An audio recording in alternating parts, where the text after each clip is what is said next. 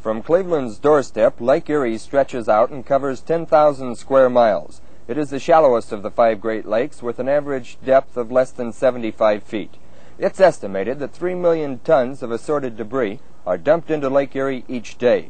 One of the contributors is the Cuyahoga River, a winding stream that flows through the heart of Cleveland's heavy industry complex. Every day, it carries some 200,000 tons of polluted material into the lake. Steel mills, oil refineries, chemical plants, and other lighter industries all contribute their share and more to the high degree of pollution. The river water is red, the surface shines with an oily residue, sometimes foam, and the banks are lined with rotting timber.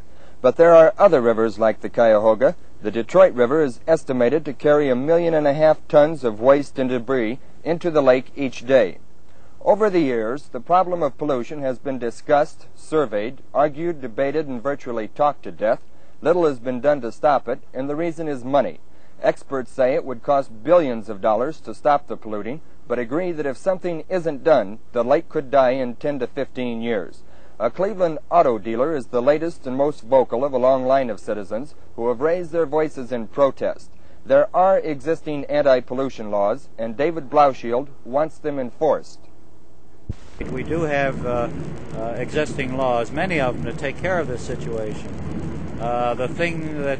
What seems to be happening is that the authorities are not enforcing them. What about industry itself? Does industry really care one way or the other?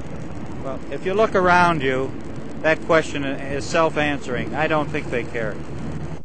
Boating enthusiasts are unhappy. City water commissioners up and down the lake are worried. But the loudest screams of protest are coming from a handful of men who are still trying to scrape a living from the lake.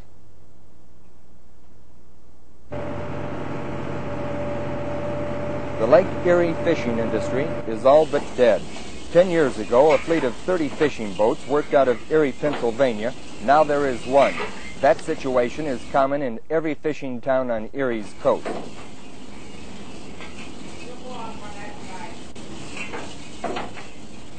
In the early 50s, a boat with a 5-man crew could catch as much as 8,000 pounds of fish each day.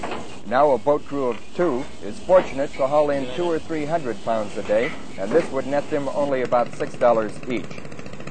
In 10 years, 5 species of fish have disappeared from Lake Erie. Some people say it's the fault of commercial fishermen, but one of them, Terry Pearson, denies the charge. Where we were blamed for many years, every species of fish that disappeared, well, the commercial fishing industry. Well, like I said, last fall when you had this tremendous fish kill, most of them seen what happened now. When they seen that millions of fish are floating, and I said it many times and I'll say it again, that this lake bottom is covered with silt. All our spawning grounds and every place is destroyed. In past years, Lake Erie beaches have been the final resting grounds for millions of dead fish and continue to be so. Last year, thousands of tons of fish were killed from what was diagnosed as a fungus in the gills. The fishermen say this was caused by bacteria-filled water. Along with other debris washed ashore, the total picture of filth has prompted officials to plant signs warning pleasure seekers not to swim or to swim at their own risk. The problem of pollution in Lake Erie has been buck-passed for more than 50 years now.